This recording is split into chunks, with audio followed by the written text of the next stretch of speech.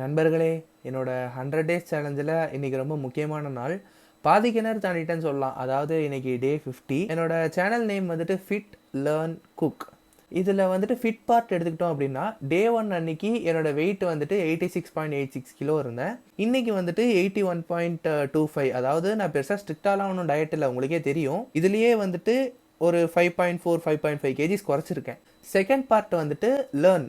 எனக்கு வந்துட்டு Python selenium learn பண்ண வேண்டிய ஒரு நெசசிட்டி இருந்தது.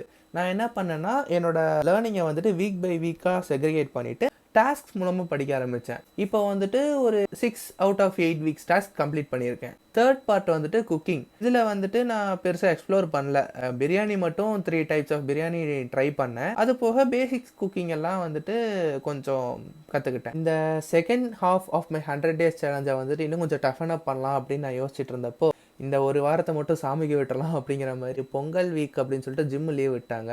அப்பார்ட் ஃப்ரம் தட் நான் என்னென்ன கற்றுக்கிறனோ அதெல்லாம் வந்துட்டு இனிமேல் நான் கொஞ்சம் ஷேர் பண்ணலாம் அப்படிங்கிற ஒரு ஐடியாவில் இருக்கேன். நான் எப்படி வீக் பை வீக்காக டாஸ்க்ஸை முடித்தேன், ஆர் குக்கிங்கில் இன்றைக்கி என்ன பண்ணேன் டிஃப்ரெண்ட்டாக அப்படிங்கிறதெல்லாம் நான் கொஞ்சம் ஷேர் பண்ணலாம் அப்படின்ற ஒரு ஐடியாவில் இருக்கிறேன்.